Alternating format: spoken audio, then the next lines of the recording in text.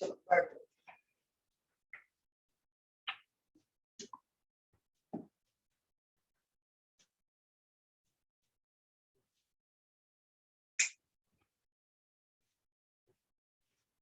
हाँ जी, last time याद है रीजनिंग के क्वेश्चन आंसर्स कर रहे थे, है ना। आज उन्हीं क्वेश्चंस के लास्ट टाइम याद है जो रीजनिंग के क्वेश्चन आंसर किए थे, that was just on the basis of normal characteristics. अब याद है first element always shows abnormal behaviour as compared to remaining elements. तो तुम लोग दोगे मुझे why this first element shows abnormal behaviour as compared to phosphorus. ऐसी oxygen के नीचे आ जाता है सल्फर, फ्लोरीन के नीचे हमारे पास आ जाता है fluorine. So why these three elements show abnormal behavior as compared to remaining elements? दोगे कोई रीजन? Sir high electronegativity. एक मिनट ठहर जा आकाश। चंद्रेश कोई रीजन? ये तीन एलिमेंट्स जो थे why these show abnormal behavior as compared to remaining? हाँ जी गौरव, कोई रीजन स्ट्राइक करता हो? ग्रुप नहीं, मैंने तो ये कहा नाइट्रोजन फास्फोरस से, ऑक्सीजन सल्फर से, फ्लोरीन क्लोरीन से कंपैरिजन में these three element shows abnormal behaviour अपने ग्रुप में। क्यों? उससे क्या होगा? याद करो, एक तो जो अभी सुबह आपने बोला यार नाइट्रोजन, मुझे भी ध्यान में रीजंस क्या है इनकी कॉन्फ़िगरेशन लिखे। नाइट्रोजन क्या था 1s2 2s2 और 2p3। फास्फोरस क्या था 1s2 2s2 2p6, साथ में क्या था 3s2 और 3p3। यही था ना। तो बेटा सबसे पहला रीजन क्या था जो नाइट्रोजन है ये सर। हाँ हाँ चल, तो एक सबसे पहले देखते ही क्या सही करता है, इसमें पी पे ब्रेक लग गई। ठीक, इनमें हमारे पास क्या डी भी है और एफ भी है। इससे मुझे एक पहला सबसे सिंपल रीजन मिल गया। जो फर्स्ट एलिमेंट है this is very small in size. First element is very small in size. Highly electronegative. Good, अगर साइज स्मॉल हो गया तो ज्यादा फोर्स रिएक्शन ज्यादा। अगर फोर्स रिएक्शन ज्यादा तो this element becomes highly electronegative in nature. Sir non availability of D orbitals. have that सारे पॉइंट्स लिखेंगे तो हाईली इलेक्ट्रोनेगेटिव एलिमेंट। दो रीजंस आ गए। थर्ड, जो भी आप में से किसी का सुन रहा था, अब इलेक्ट्रॉन्स क्या होंगे हेल्ड टाइटली। तो जो गौरव आपने कहा था force of attraction will increase. Small size. This element will have high ionisation enthalpy value. This element will have high ionisation enthalpy value. और लास्ट जो सबसे ज्यादा पी ब्लॉक में यूज में आएगा that is non availability. Non availability of D orbitals. इनमें हमारे पास डी ऑर्बिटल्स अवेलेबल नहीं है। That's why this first element shows abnormal behaviour as compared to remaining elements. Clear? तो बेटा आपके पेपर में या तो ये चारों पॉइंट्स आ जाएंगे, इनमें से कौन सा ट्रू कौन सा फॉल्स, या फिर इनके बेस पे कोई ना कोई रीजनिंग के क्वेश्चन आंसर। ये नोट डाउन कर लो ताकि फिर इनको आगे एक्सप्लेन करेंगे। तो हर बार हमारे पास इन 4 पॉइंट्स पे रीजनिंग के क्वेश्चन आंसर्स है।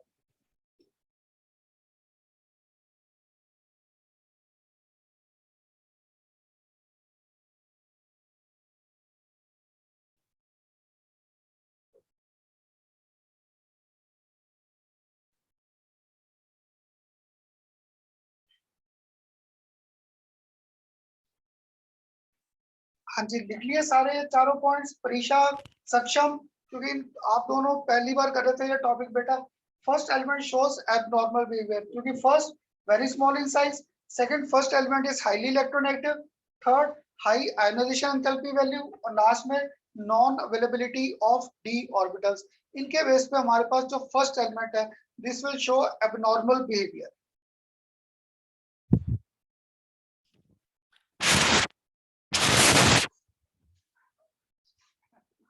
चलो बस कर दूं रब? Yes sir. हाँ जी संदेश लिख लिया?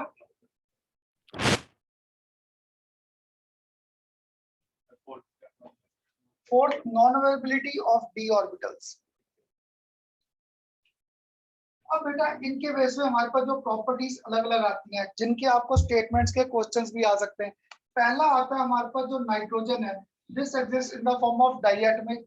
और जो फॉस्फोरस है this exist in the form of tetraatomic form. Clear? तो नाइट्रोजन N2 और फॉस्फोरस एग्जिस्ट कर रहा है इन the form of P4।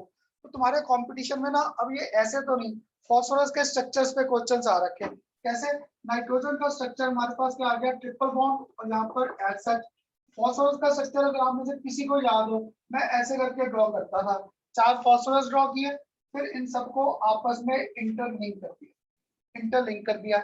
Interlink करके हर फॉस्फोरस पर क्या है, we are having extra pair of electrons. तो देखो हर फॉस्फोरस 3 बॉन्ड बना रहा है, 3 बॉन्ड। तो एक बार तुम्हारे पेपर में कंपटीशन में क्वेश्चन आ रखा है इन P4 phosphorus bond forms bond with phosphorus, clear? 1 2 3 4। तो सबके दिमाग में क्या घूमता है, 4। पर एक पी को पकड़ो, कितने फॉस्फोरस से बॉन्ड बना रहा है, 1 2 और 3, 3 बॉन्ड्स बना रहे हैं। तो मैंने भी जब पहली बार क्वेश्चन पढ़ा ना, एक बार तो मैं भी वो मैं क्या है तो ये P4, ये कैसे? फिर क्वेश्चन की स्टेटमेंट ध्यान से पढ़ी कि 1 phosphorus is linked to 3 other phosphorus through sigma bond। तो अब आकाश आप नहीं यहाँ पे बताओगे मैं कोई रीजन की नाइट्रोजन एग्जिस्ट कर रहा था इस फॉर्म में, तो फॉस्फोरस भी ऐसे ही एग्जिस्ट कर जाता।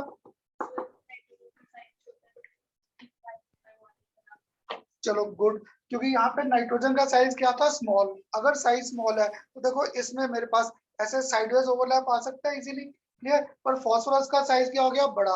अगर फॉस्फोरस का साइज बड़ा है, ये पहला ओवरलैप हो गया फॉस्फोरस का। अब सेकंड ओवरलैप जो साइडवेज था, that cannot take place due to big sides of phosphorus. So in order to complete its covalency, phosphorus undergoes extensive sigma bond formation. इसने sigma bond बना दिया, और nitrogen being smaller in size can easily undergo sideways overlap. So this gives us formation of p pi bond easily. तो बेटा तुम्हारे paper में बड़ा common question आ रखा है N2 diatomic and phosphorus exists in the form of tetraatomic। ऐसे जब करेंगे ना नेक्स्ट फैमिली, उसका कॉमन क्वेश्चन क्या आ जाता है, O2, और यहाँ पर क्या आ जाता है S8। ऑक्सीजन हमारे पास एग्जिस्ट करेगा इन the form of this, clear? और सल्फर S8 अगर किसी को ध्यान में हो क्राउन लाइक स्ट्रक्चर, तो क्राउन लाइक स्ट्रक्चर अगर किसी को ड्रॉ करना है तो मैं कहता था एक W, और ये नीचे एक और W बना दिया बस। 1 sulphur, second, third, fourth, fifth, six, seventh और 8 ये आ गया। तो सेम रीजन आ जाएगा O2 और S8 में भी। इसलिए रीजनिंग के क्वेश्चन आंसर ना ग्रुप 15th और 16th के ऑलमोस्ट सेम थे, क्लियर? तो ये N2 और P4 का पेपर में कई बार पहला सिंपल क्वेश्चन आ गया। इसके बाद सेकंड क्वेश्चन जो कॉमन है इनमें रीजनिंग के बेस पे, सेकंड क्वेश्चन हमारे पास आएगा that is oxides of nitrogen. अगर मैं ऑक्साइड्स ऑफ नाइट्रोजन ड्रॉ करूं, सपोज N2O4, और यहाँ पे ड्रॉ किया P4O6। तुम्हारे बेटा कंपटीशन में कितनी बार ये P4O6 के क्वेश्चंस आ रखे, कितनी बार पढ़े हैं क्वेश्चन। तो यहाँ पे N2O4 इसका स्ट्रक्चर मुझे याद नहीं रहता, मुझे NO2 का ध्यान में रहता है। ये हमारे पास क्या था, NO2 का स्ट्रक्चर। ऐसे ही मैंने क्या किया, इधर भी एक और NO2 का स्ट्रक्चर ड्रॉ कर दिया। अगर एक और स्ट्रक्चर ड्रॉ कर दिया, इन दोनों को आपस में क्या कर दिया, अटैच, तो ये आ गया हमारे पास स्ट्रक्चर ऑफ N2O4। तो सिंपल सा क्वेश्चन क्या आता है, oxides of nitrogen exist in the form of open chain. ये ओपन चेन में थे। अगर अब मैं P4O6 का स्ट्रक्चर ड्रॉ करता, तो मैंने आपको याद है स्टार्टिंग में कहा था कि मुझे ये स्ट्रक्चर याद नहीं रहते, मुझे इनके ना स्ट्रक्चर्स ड्रॉ करने आसान है स्केलेटन के बेस पे। तो मैंने यहाँ पे P4O6 का स्ट्रक्चर, एक phosphorus, second phosphorus, third phosphorus और फोर्थ शो कर दिया। अब इन सबको मैंने लिंक कर दिया थ्रू ऑक्सीजन, मैंने इन सबको लिंक कर दिया थ्रू ऑक्सीजन, ये सबको लिंक कर दिया थ्रू ऑक्सीजन। अगर ऑक्सीजन के साथ लिंक कर दिया, तो तुम्हारे पेपर में कितनी बार यहाँ पे क्वेश्चन क्या रखा है, how many POP bond exist, clear? In P4O6 how many POP bond exist. तो P4O6 में देखो 1 2 3 4 5 6, we have got 6 POP bonds present, clear? तो तुम लोग बताओगे यहाँ पर ध्यान से देखकर, ये तो आ गया क्वेश्चन बड़ी बार, और यहाँ पर सब जगह फॉस्फोरस के पास we are having extra pair of electron, यहाँ पे फॉस्फोरस पे एक्स्ट्रा पेयर ऑफ इलेक्ट्रॉन है, क्लियर? एक तो ये आ गया। अब तुम लोग बताओ यहाँ पर ध्यान से देखकर, 1 phosphorus is linked to how many oxygen? 2 3 है ना, 3 से आ गया ना, क्योंकि ये क्वेश्चन अभी थोड़े टाइम पहले मैंने किसी पेपर में पढ़ा। ये देख 1 बॉन्ड, 2 बॉन्ड, 3 बॉन्ड, 4 5 और ये 6 बॉन्ड्स आ गए POP के। और इसके बाद या इसको POP नहीं आया तो पेपर में आ जाएगा how many bridge bonds exist. तो ये बेटा ब्रिज बॉन्ड हम लोग करेंगे जाकर कोऑर्डिनेशन केमिस्ट्री में, वहां पे ब्रिज बॉन्ड्स को डिटेल में आ जाएंगे। क्लियर? यहाँ पे कई बार ये पीओपी बॉन्ड, कई बार ब्रिज बॉन्ड के बेस पे। Second, how many oxygen are linked with one phosphorus, तो एक फास्फोरस का 1, 2 और 3 ऑक्सीजन आर गेटिंग लिंक्ड। तो बेटा ऐसे करके इनके क्वेश्चन पेपर में आ रखे हैं। अब देखो यहाँ पर नाइट्रोजन और ऑक्सीजन दोनों का साइज स्मॉल था। अगर दोनों का साइज स्मॉल था तो these can undergo p pi bond formation easily. That's why oxides of nitrogen exist in the form of open chain. Clear? और यहाँ पे फास्फोरस का साइज क्या आ गया? बड़ा। अगर बड़ा है तो this can not undergo p pi bond formation easily. ये मैं देखो पॉलिटिशियन वर्ड बोला था, this can not undergo p pi bond formation easily. So that's why in order to complete its covalency, this exists in the form of closed ring-like structure. तो तुम्हारे paper में ना 4-5 साल से ये P4O6 पे क्वेश्चंस आ रखी है। क्लियर? या तो उनके पीओपी बॉन्ड काउंटिंग्स, या हाउ फास्फोरस इज लिंक्ड, या फिर how many lone pair exist on phosphorus atoms. तो 1 lone pair, 2 lone pair, 3 lone pair और 4 आ गए। और जिसको मेरे साथ बेसिक याद है, ऑक्सीजन की कोवेलेंसी पूरी करनी है, तो दैट मीन यहाँ पर ऑक्सीजन पे 2-2 लोन पेयर है, तो टोटल लोन पेयर्स की काउंटिंग आ सकती है। क्लियर? ऐसे तुम्हारे ना एनईटी के पेपर में मैंने 3-4 बार, हाँ 2 इधर आ गए, 2 इधर, 4 कर ले, 4, 6, 8, 10, 12 आ गए, 12 आ गए लोन पेयर्स। क्लियर? तो बेटा तुम्हारे अभी कंपटीशन में एक बार क्या रखा है, आगे हमारे पास स्ट्रक्चर आएगा SF6 का। हमारे पास आगे स्ट्रक्चर आना है SF6 का। तो हर बार हम लोग लोन पेयर काउंट करते थे सल्फर पर, तो याद है सल्फर का यहाँ पर रेगुलर ज्योमेट्री थी। तो एक बार एनईटी के पेपर में क्वेश्चन क्या आ गया, how many lone pair exist in SF6 molecule. Clear? तो सबके दिमाग में क्या होता है, सेंट्रल एटम पे है, वो सेंट्रल एटम पे नहीं आया, आ गया how many lone pair exist in SF6। अगर लोन पेयर है तो याद करो यहाँ पर हमारे पास 3 लोन पेयर थे, अगर 3 थे तो टोटल कितने हैं, 6 है, 6 3 द 18, तो we are having 18 lone pair of electrons present. तो मुझे भी ना ये क्वेश्चन थोड़े से अच्छे लगे कि स्टेटमेंट्स को इधर उधर घुमा रखा है बस। क्लियर? तो अब बताओ ये सेकंड रीजनिंग क्वेश्चन सबको क्लियर हुआ? Why Yes, nitrogen sir. Oxide exist in the form of open chain and oxides of phosphorus exist in the form of closed ring-like structure because N and O both are small in size. अगर very small थे तो these can easily undergo p pi bond formation. So complete their octet. इनका octet complete हो गया। Clear? But this undergoes this form. इसका ना बेटा एक और हमारी बुक में दे रखा है स्ट्रक्चर P4O10। इसलिए मैंने पॉलिटिशियन वर्ड बोला था। पॉलिटिशियन वर्ड क्या बोला था, phosphorus can not undergo p pi bond formation easily. और यहाँ पे इसी के से ऊपर फोर्स डबल कर बॉन्ड दिया, ओ कर दो हर एक के अगर ऊपर। फोर्स कर दिया तो यहाँ पर सब पे हमारे पास डबल बॉन्ड O अटैच हो जाए। क्लियर? ये आ जाएगा हमारे पास P4O10 का स्ट्रक्चर। क्लियर? तो तुम्हारे पेपर में बड़ी बार ये सेकंड रीजनिंग का क्वेश्चन आ रखा है। सबको क्लियर? हाँ जी बेटा, सबको क्लियर? कोई डाउट तो नहीं है? हाँ जी प्रीशा सक्षम, क्लियर दोनों को? मनीष? Yes sir. चलो गुड। अगर ये क्लियर है स्ट्रक्चर्स, अब इसके बाद एक साइड में तुम बच्चों को पूछ रही हो, साथ साथ ये स्ट्रक्चर ड्रॉ करते जा रहे हो ना, तो ये Yes, बुक्स में sir. फिर ढूंढने मुश्किल रहेंगे। इसके बाद फिर नेक्स्ट कॉमन जो बेटा थर्ड आ रखा है ना, वो क्वेश्चन हमारे पास आ रखा है। मैंने यहाँ पर कर दिया NCl3, यहाँ पर मैंने आपके साथ कर दिया NCl5, इधर मैंने कर दिया PCl3, इधर मैंने कर दिया PCl5।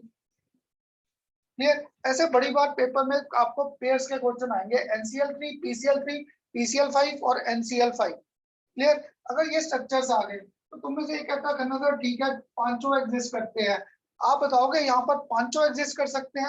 Sorry, all these 4 can exist, NCl5 नहीं करेगा। है ना? तो चल अरुण अब बता दे ये क्यों नहीं एग्जिस्ट करेगा NCl5, है ना? क्लियर? तो यहाँ पे इसलिए सबसे ज्यादा क्वेश्चन इनके डी ऑर्बिटल्स पे आ जाते हैं, क्योंकि यहाँ पर क्या था मेरे पास हाइब्रिडाइजेशन इसका sp3, इसका भी हाइब्रिडाइजेशन क्या था sp3, इसका भी हाइब्रिडाइजेशन क्या था sp3d। क्लियर? और ये जो लास्ट है, एक स्टूडेंट कहता है करना सर यहाँ पर भी लिख दो हाइब्रिडाइजेशन sp3d। क्लियर? अगर बेटा मैं यहाँ पर ये sp3d हाइब्रिडाइजेशन लिख देता, क्लियर, तो यहाँ पे क्या होना चाहिए था, नाइट्रोजन की कॉन्फ़िगरेशन क्या थी 2s2 2p3, इसके पास एम्प्टी डी ऑर्बिटल भी नहीं है to expand its covalency, that's why our this NCl5 will never exist. तो बेटा तुम्हारे कंपटीशन में ऐसे पेयर्स, तो सक्षम अगर तुझे या प्रीशा अगर आपको ये हाइब्रिडाइजेशन के कंसेप्ट भूल रखे बेटा, तो आज का दिन मैं रीजनिंग के क्वेश्चन आंसर कर रहा था। नेक्स्ट लेक्चर या शायद आज लेक्चर के आखिर में हमारे पास स्ट्रक्चर्स के कंसेप्ट आ जाएंगे। तो ये अगर आपको हाइब्रिडेशन प्रिडिक्ट करना नहीं आता ना, अभी करा दूंगा, आज नहीं तो नेक्स्ट लेक्चर में आ जाएगा, how we can predict this hybridisation easily. Clear? तो ये था हमारे पास हाइब्रिडाइजेशन के बेस पे कॉमन क्वेश्चन। क्लियर सबको? इसके बाद बेटा जो नेक्स्ट है, ये तुम्हारे पेपर में बड़ा कॉमन आ रखा है। मैंने यहाँ पर लिया NH3, इसके नीचे मेरे पास क्या है, PH3। नेक्स्ट फैमिली में मेरे पास क्या आएगा, वाटर, इधर नीचे क्या आ जाएगा, H2S। नेक्स्ट यहाँ पर हमारे पास आ जाएगा HF, यहाँ पर हमारे पास आ जाएगा HCl। ये अभी तुम्हारे स्कूल के पेपर्स में पता नहीं कितने स्टूडेंट के पेपर में ये क्वेश्चन आ रखा है।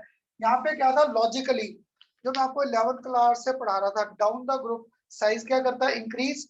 अगर साइज इंक्रीज करता है तो मैं लॉजिक क्या देता था, area of contact increases, force reduction increases, तो बॉइलिंग पॉइंट शुड इंक्रीज। याद है आपको 11th क्लास से लॉजिक देता था। जैसे जैसे हम लोग ग्रुप के डाउन जा रहे हैं, डाउन द ग्रुप, तो हमारे पास क्या है, size goes on increasing, so area of contact increases, force reduction increases, so boiling point increases. पर यहाँ पर रिवर्स था, अमोनिया, वाटर और HF तीनों के बॉइलिंग पॉइंट हायर से as compared to phosphine, H2S and HCl। Next, all these three, ammonia, water and HF, exist in the form of liquid at room temperature, but phosphine, hydrogen sulfide and HCl were in the form of gases at room temperature. Clear? तो बेटा जहां पर तुम्हें ये reason आ जाए ना, एक liquid form में है और एक गैसियस फॉर्म में रीजन आ जाए, तो वाले सोचने सब का में ज्यादा हाइड्रोजन जरूरत बॉन्डिंग नहीं। है ना? That is on the basis of hydrogen bonding. Clear? इसलिए मैंने आज आपको पहले चारों पॉइंट्स रिपीट कराए थे।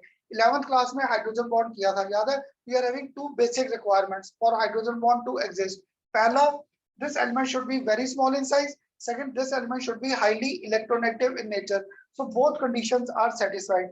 That's why ammonia, water and HF, these can undergo hydrogen bonding. इन तीनों में hydrogen bonding feasible है। Clear? पर phosphine, H2S और HCl ये क्या थे, इलेक्ट्रोनेगेटिव तो है पर इनके साइजेस के आगे बड़े। अगर साइज बड़ा है तो these cannot undergo hydrogen bond formation easily. That's why these three are having high boiling point. तो अब थोड़ा सा सोचकर आंसर दोगे मुझे इसमें? क्लियर?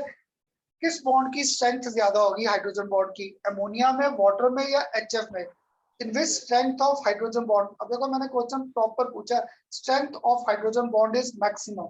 सर HF में होगी क्योंकि F ज्यादा इलेक्ट्रोनेगेटिव है। हो गया क्लियर? क्योंकि F में हमारे पास क्या था, इलेक्ट्रोनेगेटिविटी ज्यादा है। पर अगर पेपर में आ जाए मैग्नीट्यूड ऑफ हाइड्रोजन बॉन्डिंग, अगर पेपर में आ जाए magnitude, magnitude means how many points, तो अमोनिया में 3 पॉइंट्स पे, वाटर में 2 पॉइंट पे, वाटर HF में 1 पॉइंट। तो बेटा ये MCQ के क्वेश्चन में ना, इनमें मैं भी स्टार्टिंग में कंफ्यूज रहता था।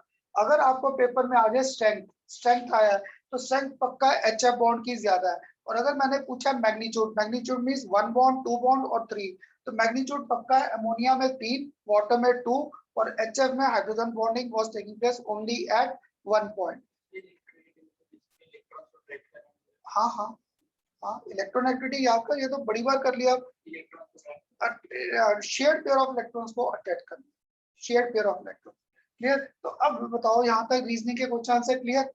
अगर क्लियर है, इसके बाद ना एक जो क्वेश्चन तुम्हारा, और सॉरी मैंने भी सीधा लेक्चर स्टार्ट कर दिया। एक मैंने आपको कल ना बायोमोलिक्यूल्स की असाइनमेंट शेयर कर दी थी। क्लियर? कल शेयर कर दी थी बेटा, उसके मैंने 7 आंसर्स भी दे दिए, तो तुम लोग एक बार पढ़ना। ठीक है? ऐसे मैं अगर स्टार्ट कर दूं डिस्कस करना, फिर वही टाइम खराब हो, वो नहीं टाइम खराब करना, क्योंकि अब लेक्चर हमारे जो थे कि रिवीजन भी साथ चले। तो बेटा इससे तुम बच्चे ना, एक बार मैंने वहां पे असाइनमेंट डाल रखी है आपको विद आंसर्स, तो सारे सिंपल है। फिर भी अगर कोई आपको डाउट आता है, आप एक बार पढ़ लो। नेक्स्ट क्लास फिर हम लोग पहले 10-15 मिनट लगेंगे, उसे डिस्कस कर लेंगे जो आपको क्वेश्चन नहीं आए। क्लियर? बाकी फिर हम लोग उन्हें डिस्कस कर लेंगे, अगर आगे तो गुड, नहीं तो जो नहीं है वो डिस्कस करके हम लोग चैप्टर को आगे मूव कर लेंगे। ठीक? और अभी देखो तुम्हारे स्कूल में कईयों का पेपर हुआ है ना, शायद उन्हीं में से कोई ना कोई क्वेश्चंस आ भी रखे हैं, आप देखना वहां पर। ठीक? तो अब इसके बाद हमारे पास एक और जो रीजनिंग का क्वेश्चन आ रखा है, पता नहीं 4 कर लिए या 5, कैटिनेशन, कैटिनेशन प्रॉपर्टी। एक और क्वेश्चन इनका आ रखा है on the basis of catenation property. तो देखो मैंने आपके साथ यहाँ पर नाइट्रोजन नाइट्रोजन सिंगल बॉन्ड, मैंने यहाँ पर phosphorus phosphorus single bond. Clear? Catenation का मीनिंग क्या था, जो फॉस्फोरस है this exist in the form of red phosphorus, और साथ में क्या था, व्हाइट फॉस्फोरस। तो रेड फॉस्फोरस क्या था, हाईली रिएक्टिव, व्हाइट फॉस्फोरस जो होता है ना बेटा वो पॉलीमेरिक फॉर्म में एग्जिस्ट करता है, that is in the form of polymeric form. तो अगर पॉलीमेरिक फॉर्म है तो अभी P4 था तो phosphorus has got tendency to show us catenation. तो यहाँ पर ना मैं आपको पूरा लॉजिक ड्रॉ कर रहा था, यहाँ पे सिर्फ एक बॉन्ड बनाया है, क्लियर। तो बेटा पेपर में क्वेश्चन ध्यान से पढ़ना, whether we are talking terms of strength of NN-PP bond या whether we are talking about the stability of nitrogen और P4, क्लियर। तो अगर पहले स्टेबिलिटी एक्सप्लेन करूं नाइट्रोजन और P4 की, तो nitrogen is more stable in nature, क्यों? क्योंकि नाइट्रोजन में यहाँ पर क्या था, हमारे पास ट्रिपल बॉन्ड है, क्लियर। P4 के पास स्टेबिलिटी क्या थी, कम, क्योंकि यहाँ पर we were having only these single bonds present. तो यहाँ पे PP में हमारे पास क्या था, एक बॉन्ड, यहाँ पे नाइट्रोजन नाइट्रोजन में क्या आ गया, 3 बॉन्ड्स। तो nitrogen is having more stability associated with it. पर यहाँ पर मैंने आप पूछा स्टेबिलिटी ऑफ NN और PP बॉन्ड, तो लॉजिकली मेरे पास स्टेबल किसे होना चाहिए था, नाइट्रोजन को, है ना, नाइट्रोजन को स्टेबल होना चाहिए था क्योंकि बॉन्ड लेंथ कम था। अगर बॉन्ड लेंथ कम था तो फुल रिएक्शन क्या थे, ज्यादा। तुम लोग बताओगे नाइट्रोजन के आउटरमोस्ट शेल में इलेक्ट्रॉन्स, Sir, 3.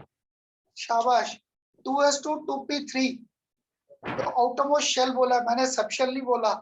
तो आउटरमोस्ट शेल में 5 से एक इलेक्ट्रॉन शेयरिंग में आ गया, तो दैट मींस यहाँ पर ये लोन पेयर एग्जिस्ट कर रहे, यहाँ पर भी ये लोन पेयर एग्जिस्ट कर रहे, क्लियर। अब बताओ तुम लोग, पहला ज्यादा स्टेबल है, फर्स्ट ज्यादा स्टेबल है या सेकंड? हाँ जी, कौन ज्यादा स्टेबल है, फर्स्ट या सेकंड? सक्षम, सक्षम, कौन सा ज्यादा स्टेबल होगा, फर्स्ट या सेकंड? सर फर्स्ट वाला। है ना, मैं भी तेरी सेल में होता यही सोचता, पर मैंने अभी आपको ये ऊपर हेडिंग दिया था, स्पेसिफिक हेडिंग क्या दिया था, first element shows abnormal behaviour, और यहाँ पर मैंने प्रूफ भी दे दिया। नाइट्रोजन किस में जा रहा था, N2, नाइट्रोजन तो N4 में नहीं जा रहा, फॉस्फोरस जा रहा है P4, that means large number of phosphorus units are combining among themselves. तो phosphorus was showing us catenation property, phosphorus हमें कैटिनेशन की प्रॉपर्टी शो करता है, क्योंकि यहाँ पे नाइट्रोजन का साइज, पहली एबनॉर्मलिटी क्या थी, हाँ जी, first very small in size, हाँ जी, nitrogen very small in size, तो यहाँ पर जो रिपल्सिव फोर्सेस ज्यादा नहीं हो जाएंगे नाइट्रोजन के लोन पेयर्स में। और फॉस्फोरस का साइज क्या था, बड़ा था, तो यहाँ पर magnitude of inter electronic repulsion will decrease, that's why phosphorus can undergo property of catenation. इसलिए फॉस्फोरस हमें कैटिनेशन की प्रॉपर्टी शो कर सकता है, but nitrogen will never show us property of catenation, clear. तो ये तुम्हारे पेपर में बड़ी बार क्वेश्चन क्या आएगा, हाँ हाँ, तो यहाँ पे तुम्हें या तो क्वेश्चन आएगा stability of nitrogen molecule phosphorus molecule, तो स्टेबिलिटी नाइट्रोजन मॉलिक्यूल की ज्यादा है क्योंकि यहाँ पर ट्रिपल बॉन्ड था, क्लियर। और अगर आपको आ जाए स्टेबिलिटी ऑफ NN-PP बॉन्ड या which will undergo catenation property easily, तो सबके दिमाग में क्या आएगा, nitrogen should undergo catenation easily, clear. और नाइट्रोजन तो ब्रेक लगा के बैठ गया N2, फॉस्फोरस का साइज क्या था, बड़ा था, तो ये सिर्फ सिग्मा बॉन्ड बना रहा था, तो सिग्मा बॉन्ड की स्ट्रेंथ क्या थी, ज्यादा, तो यहाँ पर क्या हो गया, यहाँ पर रिपल्सिव फोर्सेस डिक्रीजेस, क्लियर, यहाँ पर रिपल्सिव फोर्सेस कम हो गए। अगर रिपल्शन कम हो गया तो stability of PP bond increases, clear. तो यहाँ पे PP bond can undergo catenation but N2 will never undergo catenation. इसलिए बेटा तुम्हारे ना यही रीजन O2 और S8 में भी आ जाएगा, O2 और S8 में भी सेम रीजन आ जाएगा क्योंकि ऑक्सीजन ज्यादा स्टेबल है, और ये जो S8 है, S8 हमारे पास यहाँ पे आ जाएगा कैटिनेशन की प्रॉपर्टी, तो OO और SS में भी सेम रीजन आ जाएगा, क्लियर। तो ये पेपर में ना तुम्हें क्या होगा, कैटिनेशन देकर मैं 3-4 रीजन दे दूंगा, तो यहाँ पे सिंपल सा रीजन क्या था, since nitrogen being smaller in size magnitude of repulsive forces increases, अगर रिपल्शन ज्यादा है तो इस सिंगल बॉन्ड को तोड़ना आसान हो गया। और फॉस्फोरस में साइज बड़ा था तो magnitude of inter electronic repulsion decreases, यहाँ पे रिपल्शन कम है। इसलिए ना बेटा जहाँ पे भी तुम्हें एबनॉर्मल प्रॉपर्टीज आए उनको क्रैमिंग नहीं है, बस दिमाग में लॉजिक घुमा दो। लॉजिक क्या था इसका, N2 और ये P4 लिखते ही मुझे क्लियर हो गया that phosphorus can undergo catenation easily but nitrogen was not undergoing catenation क्योंकि वो N2 पे ही ब्रेक लगी, क्लियर। तो पक्का था यहाँ पे N2 का बॉन्ड NN का बॉन्ड इतना स्टेबल नहीं है, तो ये सिग्मा और पाई बॉन्ड बनाकर स्टेबिलिटी एक्स्ट्रा तब गेन करता है, क्लियर। तो ये फिगर्स ड्रॉ कर लो एक बार नाइट्रोजन और फॉस्फोरस के।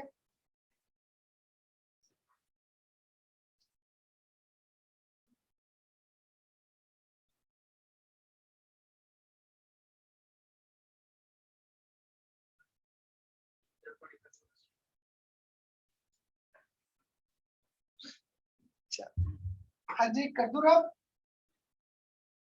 कर दूं रब।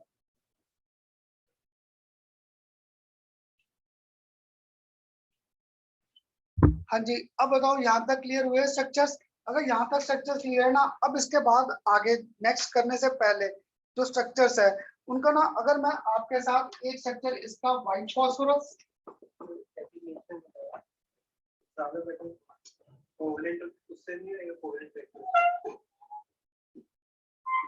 कोवलेंट करेक्टर नहीं, कैटिनेशन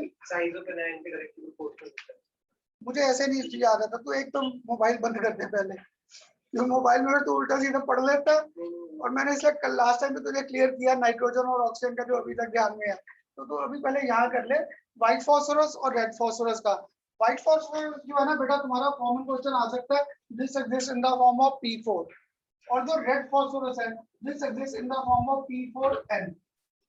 क्लियर? इसका लॉजिक क्या था यहाँ पर P4N, जैसे अभी लास्ट टाइम एक सुबह के पेपर में आया था पॉलीपेप्टाइड लिंकेज शो करना, ऐसे ना बेटा यहाँ पे आपको रेड फॉस्फोरस के स्ट्रक्चर्स आ जाएंगे पेपर में। You have to sort out what type of structure is this. तो देखो मुझे ये स्ट्रक्चर कैसे याद रहते दोनों का, एक phosphorus, second phosphorus, third phosphorus और फोर्थ। मैंने इन सबको क्या किया, आपस में इंटरलिंक कर दिया। तो यहाँ पे ये सारे आपस में इंटरलिंक्ड हो गए। तो this was our white phosphorus. तो रेड फॉस्फोरस में क्या होगा, लॉन्ग पॉलीमेरिक चेन आ जाएगा on the basis of N। अगर यहाँ पे N है, लॉन्ग पॉलीमेरिक चेन आ गया। तो देखो बेटा इसका ना स्ट्रक्चर ड्रॉ करना मुझे आसान कैसे लगता है, एक phosphorus, second phosphorus, third phosphorus और फोर्थ फॉस्फोरस। ऐसे ही मैंने एक और फॉस्फोरस, सेकंड फॉस्फोरस, थर्ड और ये फोर्थ ड्रॉ कर दिया। अब मैंने इनको क्या किया, साथ में सर्कल में कर दिया ताकि मुझे यहाँ पर समझाने ये आसान हो जाए। क्लियर? तो आप में से एक ने क्या किया, ये ऐसे तो बॉन्ड्स बनेंगे इनके, क्लियर? ऐसे बॉन्ड्स तो बनेंगे, क्लियर? इस फॉर्म में तो बनेंगे, क्लियर? तो यहाँ पर देखो एक बॉन्ड बीच में था, बीच में। तो यहाँ पर अब क्या हुआ, मेरे पास बॉन्ड इस फॉर्म में आ गए। तुम स्टूडेंट पेपर में क्या करते हो, इस पे टिक्की नहीं लगाते, क्लियर? तुम्हारे दिमाग में ये फॉस्फोरस बैठा होता है, तो एक फॉस्फोरस यहाँ पर, तुम लोग इनको आपस में इंटरलिंक करके इसे अटैच कर देते हो। ये तो बॉन्ड एक्स्ट्रा नहीं हो जाएंगे? तो मुझे क्या, 4 बॉन्ड्स पूरे रखने थे। इसलिए मैंने जब ये फॉस्फोरस का स्ट्रक्चर ड्रॉ किया रेड, मैंने क्या किया, ये जो बीच वाला बॉन्ड था, ये बीच वाला, इसको ब्रेक करके ऐसे ले गया, इसे कहा ले गया बाहर की तरफ। बीच वाला बॉन्ड खत्म और यहाँ पर इनको आपस में क्या कर दिया, इंटरलिंक कर दिया। क्लियर? तो ये ध्यान रखना structure of our red phosphorus. तो रेड फॉस्फोरस में स्ट्रक्चर क्या हो गया, बड़ा, एरिया ऑफ कांटेक्ट ज्यादा, फोर्स ऑफ एक्शन ज्यादा। तो पक्का है ये जो व्हाइट फॉस्फोरस है, this is highly reactive in nature. और ये जो रेड फॉस्फोरस है, इसकी रिएक्टिविटी क्या हो जाती है, कम। Clear? This is less reactive due to polymeric form. Polymeric form के कारण ये रिएक्टिविटी इसकी कम होगी। क्लियर? तो बड़ी बार आपके ना पेपर में ये रेड फॉस्फोरस और व्हाइट फॉस्फोरस के स्टेटमेंट्स या तो इनके प्रॉपर्टीज आ जाती है। क्लियर? तो अब बताओ इसके साथ हमारी फर्स्ट फैमिली के रीजनिंग के क्वेश्चन आंसर्स क्लियर? क्लियर? अब याद है इस फर्स्ट फैमिली में हमारे पास, नहीं कर रहा इसे, नहीं रख करना फिगर्स को। अब इसके बाद ना हमारे पास आज जो इंपॉर्टेंट लेक्चर था, that was oxo acids of phosphorus. Oxo acids of phosphorus, बेटा इनके बेस पर ना तुम्हारे पेपर में सीबीएसई में तो स्ट्रक्चर्स आ जाते थे, अब तुम्हें स्ट्रक्चर्स नहीं आएंगे, अब इनके ना फिगर्स ड्रॉ करने आ जाते हैं of oxo acids of phosphorus. इनके स्ट्रक्चर ड्रॉ करने आ जाते हैं। तो अगर तुम्हें किसी को याद हो, मैंने लास्ट टाइम जब पढ़ाया था फर्स्ट टाइम ये लेक्चर, मैंने आपको कहा था मुझे इनके स्ट्रक्चर याद नहीं रहते, फिर इनके उल्टे सीधे लॉजिक्स बनाए थे स्ट्रक्चर्स याद रखने के। तो आज नेक्स्ट टॉपिक हमारा यही है, कर दूं इन्हें आप? हाँ जी, कर दूं? अब बेटा मेरे पास आज का नया टॉपिक आएगा ऑक्सो एसिड्स ऑफ फॉस्फोरस। तो तुम्हारे पेपर में ना किस्मत अच्छा रहा, सीधा एसिड के फॉर्मूले आ जाते हैं, you have to predict their structure. तो मैंने आज आपके साथ पहले 3 स्ट्रक्चर, ये फर्स्ट, यहाँ पर करेंगे सेकंड, और यहाँ पर मेरे पास क्या आ जाएगा, थर्ड। ये 3 स्ट्रक्चर इधर इकट्ठे आ जाएंगे। पहला एसिड हमारे पास आता है that is H3PO2।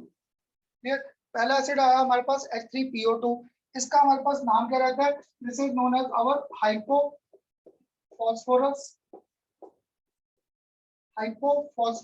Acid. Clear? Hypophosphorous acid. Second हमारे पास आएगा H3PO3।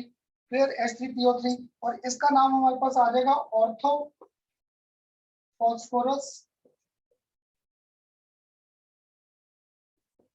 एसिड, और एक आ जाएगा हमारे पास H3PO4, इसका तो नाम भी नहीं बताने की जरूरत, phosphoric acid, phosphoric acid. Clear. इन तीनों पे ना आपको पेपर में पता नहीं कितने क्वेश्चंस आ रखे हैं, मुझे आज भी इनके फिगर्स नहीं आते। मुझे वो ध्यान में गया, इसका एक फॉस्फोरस पहले बीच में कर दिया, क्लियर, फिर एक इसमें मैंने क्या कर दिया, show double bond O, clear, एक कर दिया डबल बॉन्ड O। अब कितनी ऑक्सीजन रह गए, एक रह गया ऑक्सीजन, इधर से एक हाइड्रोजन पकड़ा, तो यहाँ पे OH और साथ में एक H और दो H, पहला फिगर बन गया, क्लियर। ऐसे ही जब सेकंड था मेरे पास फॉस्फोरस, अब फिर यहाँ पर डबल बॉन्ड O, अब कितने ऑक्सीजन रह गए, 2, अगर 2 है तो एक OH, यहाँ पर सेकंड OH, अब एक हाइड्रोजन रह गया, ये स्ट्रक्चर बन जाएगा। और लास्ट वाले में मेरे पास यहाँ पर फॉस्फोरस डबल बॉन्ड O, एक OH, दो OH, और यहाँ पर 3 OH आ गए, क्लियर। तो बेटा ये पेपर में क्वेश्चन तुम्हें कैसे आ रखे हैं, या तो ये सीधे फॉर्मूले आ जाते हैं, predict structure of orthophosphorous acid, predict structure of H3PO2, उल्टे सीधे फिगर्स बने आ जाएंगे, या फिर इनके आपको साथ में रीजनिंग के क्वेश्चन आंसर आते हैं। तो देखो स्टार्टिंग में ना इनके रीजनिंग में मैं भी कंफ्यूज रहता था। इधर अगर ध्यान से देखो, इसकी बेसिसिटी 1 आ गई, 1 OH ग्रुप, इसकी बेसिसिटी 2 आ गई, 2 OH ग्रुप, इसकी Dibasic, बेसिसिटी 3 आ गई, 3 OH ग्रुप, tribasic, क्लियर। तो ये एक हो गया मोनोबेसिक, एक डाइबेसिक और एक ट्राइबेसिक हो गया, क्लियर। अब जब मैंने इनको हाइड्रोजन बार करना है, तो मैं जब नया नया पढ़ाता था ना, मेरे दिमाग में ये हाइड्रोजन घूमते थे, क्लियर। तो मैं इनके बेस पे सच कह रहा हूँ, तो मैं जब नया नया पढ़ाता था, मैं इसको मोनोप्रोटिक बोल बैठता था एक हाइड्रोजन देखकर, पर लॉजिक क्या था यहाँ पर, O और H, O और H में कौन था इलेक्ट्रोनेगेटिव, ऑक्सीजन, तो दैट मींस यहाँ से मुझे H को बाहर करना क्या था, आसान। तो this was our monoprotic acid, ये एसिड कौन सा था, मोनोप्रोटिक, सिर्फ एक हाइड्रोजन बाहर। यहाँ से कितने हाइड्रोजन बाहर आ सकते हैं, 2, अगर 2 बाहर आ सकते हैं तो ये हो गया डाइप्रोटिक, और ये लास्ट वाले में से कितने हाइड्रोजन बाहर आ सकते हैं, 3, तो ये क्या बन गया, ट्राइप्रोटिक। तो बेटा मुझे याद है लास्ट ईयर जब मैंने ये लेक्चर दिया था ना, शायद लास्ट ईयर भी मेरे दिमाग में पता नहीं क्या घूम रहा था, मैंने सबको ये उल्टे लिखवा दिए थे। फिर नेक्स्ट डे मैंने सबको दोबारा फोटोग्राफ सेंड किए थे और आंसर सेंड किए थे, भाई ये मुझसे गलती से गलत हो गया, क्लियर। तो ये ध्यान रखना, इनमें क्वेश्चन आएगा स्ट्रक्चर ऑफ मोनोप्रोटिक, डाइप्रोटिक और ट्राइप्रोटिक, तो तुम लोग ना इनमें कंफ्यूज हो जाते हो। एक OH है तो यहाँ से हाइड्रोजन बाहर आ सकता है, तो this becomes monoprotic, this becomes diprotic, और ये लास्ट वाला बन गया ट्राइप्रोटिक, या मोनोबेसिक, डाइबेसिक और ट्राइबेसिक, ऐसे इनके क्वेश्चन आ रखे हैं, क्लियर। इसके बाद ना हमारे पास 3 स्ट्रक्चर और इंपॉर्टेंट है। नेक्स्ट हमारे पास एक आता है H4P2O7, H4P2O7, और इसको हम लोगों ने नाम दे रखा है pyrophosphoric acid, clear, pyrophosphoric acid, clear, pyrophosphoric acid. तो मुझे ना इसका स्ट्रक्चर जानना था, पायरो के बेस पे मुझे सेट करता है, इसमें एक POP का बॉन्ड तो है, क्लियर। तो तुम्हारे कंपटीशन में सबसे आसान क्वेश्चन क्या रखा है, मैं आपको स्ट्रक्चर दे दूंगा, पूछूंगा इन विच POP बॉन्ड एग्जिस्ट या इन विच POP bond is not present, ऐसे क्वेश्चन आ जाते हैं। तो मुझे इसका स्ट्रक्चर पर ये POP तक ही याद है, तुम में से कोई कराएगा सर मुझे P जल्दी? डबल बॉन्ड O लगा दो, हाँ जी, डबल बॉन्ड O लगा दो, इधर भी उधर भी। चलो अब आकाश थोड़ी देर चुप रहना, डबल बॉन्ड O कर दिए, अब क्या करूं, गुड, 3 ऑक्सीजन तो आगे यूज में, 3 ऑक्सीजन आ गए, तो कितने ऑक्सीजन रह गए, 4, हाइड्रोजन भी क्या है, 4, दोनों 4 4, अगर 4 4 है तो थोड़ा सा लॉजिक बना ले। OH OH। तो बेटा ये मुझे खुद नहीं याद, मैंने किसका ये कॉम्बिनेशन सा सोचा था, नहीं तो नया नया पढ़ाता था ना, मैं सबको ये स्ट्रक्चर कहता था, इनको रट्टा लगाओ भाई, इनका कोई हल नहीं है। तो पता नहीं किसी दिन लेक्चर ले रहा था, तो ये सारे स्ट्रक्चर ऐसे ही बने हुए थे बोर्ड पर, तो बोर्ड पे स्ट्रक्चर देख के एकदम पता नहीं कहाँ से सही कर गया कि सब में डबल बॉन्ड O तो है, तो मैंने डबल बॉन्ड O को पकड़ा, बाद में स्ट्रक्चर ड्रॉ करने उतने ही आसान हो गए, क्लियर। तो तुम लोग भी इन लॉजिक्स में स्ट्रक्चर्स को याद कर सकते हैं, क्लियर। अब इसके बाद हमारे पास, अगर मैं इस साइड के रब कर दूं, अब मेरे पास 2 एसिड्स और रह गए, क्लियर। एक हमारे पास नेक्स्ट आता है 5th, और एक हमारे पास आएगा यहाँ पर 6th, that is our पॉलीमेटा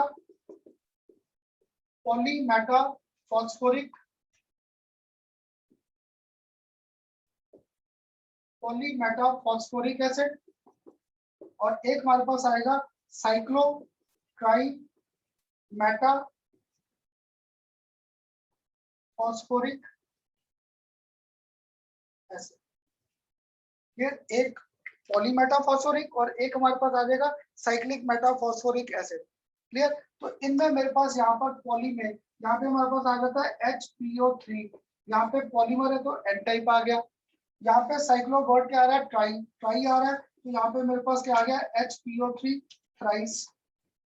clear? अब यहाँ पे वर्ड क्या आ रहा है, पॉली। अगर पॉली आ रहा है तो देखो इसका स्ट्रक्चर ड्रॉ करना मुझे आसान कैसे, POP, तो यहाँ पे POP आ गया। क्लियर? अगर POP आ गया, अब तुम लोग मुझे इसका स्ट्रक्चर एक का पूरा करा सकते हो, एक का स्ट्रक्चर। हाँ जी, डबल बॉन्ड O लगा दो और तो OH लगा दो। एक पे डबल बॉन्ड लगा दूं तो एक फॉस्फोरस के कितने ऑप्शन आ गए, 2, एक ऑक्सीजन रह गया, एक हाइड्रोजन रह गया, तो OH कर दे। OH। तो नेक्स्ट में तुम बच्चे पता क्या गलती कर देते हो, ऊपर ही डबल बॉन्ड हो, तो ध्यान रखना डबल बॉन्ड हो हमेशा ऑल्टरनेट पोजीशंस पे है। तो यहाँ पे डबल बॉन्ड हो, यहाँ पर OH, ये था इसका स्ट्रक्चर। तो बेटा अब तुम्हारे कंपटीशन में पक्का है, मैंने आपको जो सेंड किया ना बायोमोलिक्यूल्स की, वहां पे स्ट्रक्चर्स बने हैं, तो आपको आइडेंटिफाई करना कौन सा D है, कौन सा L है, कौन सा एनोमेरिक है, कौन सा एनोमेरिक नहीं है, which is beta, which is alpha, ऐसे क्वेश्चन डाल रखे हैं। तो यहाँ पर भी ना आपको बस इन स्ट्रक्चर्स के ऐसे लॉजिक ध्यान रखने कि ये ऑल्टरनेट है। तुम्हारी बुक में रीजन नहीं दिया, तो मैंने सिंपल सा रीजन क्या बनाया था, इससे extent of hydrogen bonding increases. क्योंकि देखो एक डबल बॉन्ड इधर, अब इसके अगर नीचे OH आ गया, हाइड्रोजन बॉन्डिंग आ जाएगी, डबल बॉन्ड इसके अगर ऊपर OH आ गया, हाइड्रोजन बॉन्डिंग आ जाएगी। क्लियर? तो स्टेरिक हिंड्रेंस कम, हाइड्रोजन बॉन्डिंग क्या हो जाती है ज्यादा, इसलिए हम लोग इन्हें ऑल्टरनेट पोजीशन शो कर देते हैं। ये बुक में रीजन नहीं दिया, तुम में से किसी ने पूछा था एक बार, खन्ना सर ये ऑल्टरनेट क्यों है। क्लियर? तो हो सकता है तुम्हारी बुक में ये जो फिगर मैंने ऐसे शुरू किया, तुम्हारी बुक में ये फिगर ऐसे बना मिल जाए। क्लियर? तो कंसेप्ट वही था, जहां से मर्जी स्टार्ट कर दो फॉस्फोरस, तो यहाँ पर मेरे पास डबल बॉन्ड हो, तो यहाँ पर हमारे पास क्या आ गया, OH। क्लियर? अब इसके बाद एक लास्ट रह गया। क्लियर? अब लास्ट यहाँ पे मेरे पास कौन सा रह गया, HPO3 थ्राइस। तो इसका स्ट्रक्चर ड्रॉ करना आसान कैसे था, यहाँ पे थ्राइस है, तो तुम्हें याद है बेंजीन रिंग के बेस पे 11th क्लास में हमारे पास एक आया था बोरेजाइन का स्ट्रक्चर, इनऑर्गेनिक बेंजीन, तो वहां पे भी लॉजिक दिया था। तो यहाँ पे ना मुझे इसका ध्यान नहीं रखता फिगर कैसे है, तो मैंने पहले साइड के लिए ड्रॉ कर दिया।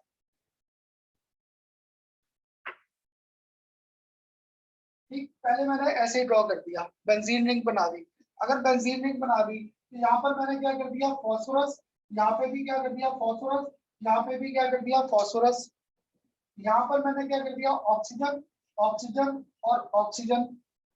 फिर पहले बेंजीन रिंग बना दो, बेंजीन रिंग बनाकर फॉस्फोरस ऑल्टरनेट, और ऑल्टरनेट पे क्या दिखा दिया, ऑक्सीजन। अब तुम में से कोई तो कंप्लीट करा देगा, डबल बॉन्ड O, यहाँ पर OH, डबल बॉन्ड O, यहाँ पर OH, डबल बॉन्ड O, यहाँ पर OH। क्लियर? तो बन गया ये साइक्लो ट्राई मेटाफॉस्फोरिक एसिड। तो तुम्हारे कंपटीशन में क्या रखा है, 3-4 ये एसिड्स आ जाएंगे which exist in the form of close ring like structure.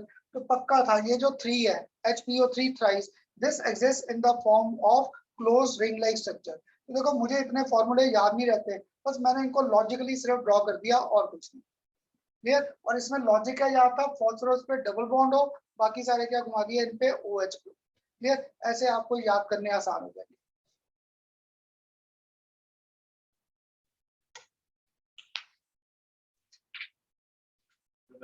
ना ना ना कर लो पहले आराम से। और ये साइक्लोट्राइन मेटाफॉस्फोरिक एसिड का स्ट्रक्चर है।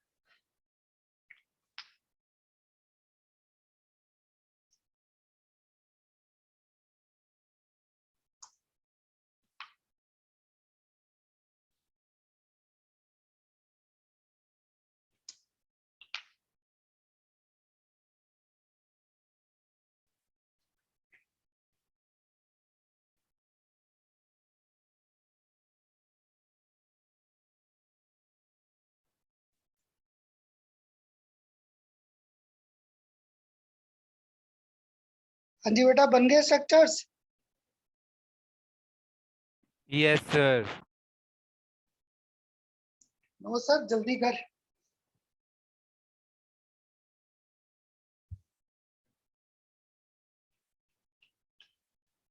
अब बेटा इन स्ट्रक्चर्स के बाद हमारे पास ये इसके हमारे पास इसके साथ एक पहला ग्रुप खत्म हो गया, हमारे पास 15 ग्रुप रीजनिंग के क्वेश्चन आंसर्स के बेस पे। अब आपको मैंने कहा था रिएक्शन सारे क्लियर, रिएक्शन जितनी बेटा मैंने पढ़ाते हुए बोर्ड पे करा रखी थी वही कर लो, मोर देन सफिशिएंट है। अब इसका मुझे अब 15 ग्रुप से 16 ग्रुप जाना था, तो बेटा 16 ग्रुप में हमारे पास 16 ग्रुप में हमारे पास ऑक्सीजन, सल्फर, सेलेनियम, टेलीरियम और आखिर में पोलियम, इसको हम लोगों ने कैंसिल कर दिया being radio active element. Clear, तो देखो यहाँ पर इस ग्रुप की जनरल कॉन्फ़िगरेशन मेरे पास NH2 NP4 आ जाएगा, NH2 NP4, हाँ जी आ जाएगी NH2 NP4 कॉन्फ़िगरेशन। क्यों? क्योंकि ऑक्सीजन का क्या था, अगर मैं कॉन्फ़िगरेशन लिखूं 1s2 फिर 2s2 फिर क्या था 2p4, तो ये पक्का next 3s2 3p4, next 4s2 4s2 4p4 4p4 और ये नेक्स्ट आ जाएगा 5s2 5s2 5p4 5p4। Clear, तो जैसे हम लोग ने रीजनिंग के क्वेश्चन आंसर किए थे फर्स्ट फैमिली के, सारे रीजनिंग के सेम आ जाएंगे। कैसे? अगर अभी भी किसी का खन्ना सर कैसे सेम आएंगे, H2O, H2O के बाद नेक्स्ट H2S, नेक्स्ट आ गया सेलेनियम और नेक्स्ट आ गया मेरे पास टेलीरियम। क्लियर, ये सारे आ जाएंगे, इनको मैंने नंबर डाल दिए फर्स्ट, सेकंड, थर्ड और ये मेरे पास क्या आ गया फोर्थ। क्लियर, तो अगर आप में से किसी को ध्यान में हो जब मैंने इनके रीजनिंग के क्वेश्चन आंसर्स किए थे तो ये सारे हाइड्राइड्स ऑफ 16th ग्रुप आ गए। हाँ जी बेटा, ये सारे हमारे पास हाइड्राइड्स ऑफ 16th ग्रुप आ गए। तो जो जो प्रॉपर्टीज लास्ट में की थी वो सारी की सारी यहाँ पे रेपिटेशन आ जाएगी। जैसे फर्स्ट सिंपल सा किया था on the basis of bond length, arrangement on the basis of bond length, तो bond length fourth, third, second और फर्स्ट, ये decreasing order of the bond length आ जाएगा। ये सबसे सिंपल पहला क्वेश्चन। इसके बाद सेकंड हम लोग ने वहां पे किया था, याद करो, थर्मल स्टेबिलिटी। तो सक्षम सारे नहीं है, सारे नहीं, सक्षम बताएगा थर्मली स्टेबल कौन होगा, वाटर या H2 टेलीरियम। सक्षम यहाँ पे कौन स्टेबल होगा बेटा, थर्मली स्टेबल वाटर या H2 टेलीरियम। Sir, H2T. चल गुड, अच्छा मैंने इसलिए तुझसे पूछा क्योंकि तू मेरे साथ फर्स्ट टाइम कर रहा था ये, तो याद कर OH बॉन्ड लेंथ क्या थी, स्मॉल, अगर स्मॉल है we require more energy to break this bond, तो पक्का है thermal stability first, second, third और फोर्थ। तो थर्मल स्टेबिलिटी हमारे पास इस ऑर्डर पे आ जाएगी। इसलिए मैं आपको कह रहा था 15th और 16 ग्रुप के रीजनिंग के क्वेश्चन आंसर सारे सेम थे। क्लियर, तो अब यहाँ पर अगर थोड़ा सा टिपिकल क्वेश्चन पूछूं क्लास में, सारी प्रॉपर्टीज को मैंने इकट्ठा कर दिया, तो बताओगे reducing power is maximum with first और विद फोर्थ। रिड्यूसिंग पावर सबसे ज्यादा किसके पास होगी, फर्स्ट या फोर्थ। हाँ सर जी, फोर्थ की होगी क्योंकि उसकी बॉन्ड लेंथ ज्यादा है तो हाइड्रोजन लूज करना अब सबको क्लियर हो गया रिड्यूसिंग और ऑक्सीडाइजिंग, क्योंकि यहाँ पर बॉन्ड लेंथ क्या थी, सबसे बड़ी। अगर बॉन्ड लेंथ सबसे बड़ा है तो this hydrogen can be lost easily. अगर हाइड्रोजन बाहर कर सकता है तो प्रोसेस कौन सा हो गया, oxidation, gain of oxygen, loss of hydrogen, oxidation. This was acting as our strongest reducing agent. तो बेटा तुम्हारे पेपर में कितनी बार ये रिड्यूसिंग पावर पे अरेंज करना है, तो फर्स्ट, सेकंड, थर्ड और फोर्थ, ये आ गया मेरे पास इंक्रीजिंग रिड्यूसिंग पावर। क्लियर बेटा, ये सारे क्वेश्चन तो हम लोग पहले भी कर बैठे थे। क्लियर, इसलिए मैंने ना छोटे छोटे से बात लिखकर इनको कंपाइल अप कर दिया कि इस टॉपिक को जल्दी से खत्म करें। अब पेपर में ना क्या होगा आपको, अब पेपर में क्या होगा आपको ना, यहाँ पर ये कंसेप्ट आ रहे हैं फिर तो सबसे अच्छा है। क्लियर, नहीं तो आपको ना सबसे कॉमन क्वेश्चन जो कॉम्पिटिशन में आ रखा है वो आ रखा है arrangement on the basis of your bond angles. Clear, bond angles या बॉन्ड लेंथ के बेस पे, तो अगर मैं इनको बॉन्ड एंगल्स के बेस पे अरेंज करना है कर दूं ना। अब अगर सपोज इन्हें पेपर में आ रखा है arrange on the basis of bond angle, तो मैंने अभी आपको ना ये तीन सिंपल केस दिए, CH4, एक आपको कर दिया NH3 और एक आपको कर दिया H2O। अगर किसी को अभी भी हाइब्रिडाइजेशन मुश्किल लगता है तो अभी आज के लेक्चर के लिए स्टार्टिंग में बस ध्यान रख लो कि तीनों की हाइब्रिडाइजेशन क्या थी, sp3। तीनों की हाइब्रिडेशन क्या थी, sp3। तो चार बॉन्ड थे, यहाँ एक बॉन्ड, सेकंड बॉन्ड और थर्ड बॉन्ड। यहाँ पर मेरे पास क्या आ जाएगा, इसका फोर्थ बॉन्ड, ये आ गया। अमोनिया का अगर स्ट्रक्चर करें एन का 1H, सेकंड H और थर्ड H, यहाँ पर भी लोन पेयर आ गया। और लास्ट केस कौन सा, वाटर, वाटर का भी O और H, यहाँ पर भी लोन पेयर आ गया। क्लियर, अगर अब आपको करना था पेपर में इन तीनों को अरेंज करना आ रखा था, arrange them on the basis of their increasing और डिक्रीजिंग बॉन्ड एंगल। तो देखो मुझे तो इनके बॉन्ड एंगल भूल गए, क्लियर, इनके बॉन्ड एंगल क्या थे। तो मैंने लॉजिक देखा, यहाँ पे टोटल बॉन्ड्स क्या है 4, चारों के चार है कौन से सिग्मा, तो इनमें रिपल्शन कम, तो बॉन्ड एंगल मैक्सिमम हो गया। इसमें एक लोन पेयर आ गया, अगर एक लोन पेयर आ गया तो पक्का है इसका बॉन्ड एंगल थोड़ा सा इससे कम हो जाएगा, क्योंकि now these three bonded pair of electron will move close to one another. और जब मैं वाटर पर गया, कितने लोन पेयर आ गए 2, अगर 2 आ गए तो रिपल्शन ज्यादा, bonded pair of electron still move closer to one another. इसलिए बेटा जब भी बॉन्ड एंगल का क्वेश्चन आए, हमें बॉन्ड एंगल याद करने की जरूरत नहीं है, फिर भी अगर तुम्हें से एक करना था नहीं इनमें बॉन्ड एंगल क्या रहता है, इसका बॉन्ड एंगल था 109 डिग्री 28 मिनट्स, इसका आता है अप्रोक्सीमेटली 107, इसका अप्रोक्सीमेटली हमारे पास आ जाता है 105, या किसी बुक में दे रखा है 104.5 डिग्री। क्लियर। तो मुझे ना इन बॉन्ड एंगल्स को याद करने की जरूरत नहीं है, हमें लॉजिक क्लियर होना चाहिए हाउ वी कैन अरेंज। तो इन तीनों में सिमिलैरिटी, सब में हाइब्रिडाइजेशन sp3, और difference in this we are having one lone pair, in this case we are having two lone pair of electrons present, तो पक्का है bonded pair of electrons start moving close to one another। तो बेटा सबसे पहले जब भी bond angle का क्वेश्चन आए, पहले लोन पेयर देख लो कितने हैं, लोन पेयर के बेस पे इन्हें अरेंज कर दो। क्लियर। पर अगर आपको आ जाए, लास्ट टाइम मैंने, अगर आपको याद ध्यान में हो, मैंने बॉन्ड एंगल डिस्कस किया था सिर्फ नाइट्रोजन फैमिली का, अमोनिया, फॉस्फीन, फिर आगे आर्सेनिक, एंटीमनी और बिस्मथ, सबके कैसे डिस्कस किए थे। ऐसे ही शायद अब तुम में से कोई बता देगा मुझे इनमें वाटर, वाटर का मेरे पास क्या था, अगर बॉन्ड एंगल का नेक्स्ट कंसेप्ट करते बॉन्ड एंगल्स, तो ओ एक H और सेकंड H, क्लियर, और लास्ट टेलीरियम था, तो टेलीरियम का H और H, ये स्ट्रक्चर बनेंगे इनके। क्लियर। तो अब बताओगे इस बार दोनों के पास लोन पेयर 2-2 है, इसलिए Yes, आपको sir. कह रहा था अगर पहली बार रीजनिंग मुश्किल लगी सेकंड में हो जाएगा, सेकंड में नहीं होगी तो थर्ड फैमिली करेंगे, वहां पे कोई ना कोई और रीजन आ जाएंगे। तो अब बताओ दोनों में से बॉन्ड एंगल किसका ज्यादा होगा। सर दूसरे वाले का, दूसरा वाला कौन सा। सर जिसके ऊपर टी लिखा है। अब ठहर जा फिर, हाँ जी, किसका होगा बॉन्ड एंगल ज्यादा, वाटर में ज्यादा होगा या टेलीरियम में, क्यों। क्लियर। आकाश लास्ट टाइम तूने मुझे रीजन दिया था इलेक्ट्रोनेगेटिविटी, और आज खुद भी भूल गया। ऑक्सीजन का साइज क्या था, स्मॉल, अगर साइज स्मॉल था तो हाईली इलेक्ट्रोनेगेटिव, अगर हाईली इलेक्ट्रोनेगेटिव है तो ये शेड पेयर्स को क्या करेगा, अट्रैक्ट, तो इसका शेड पेयर कहां पहुंच जाएगा, ऊपर। क्लियर।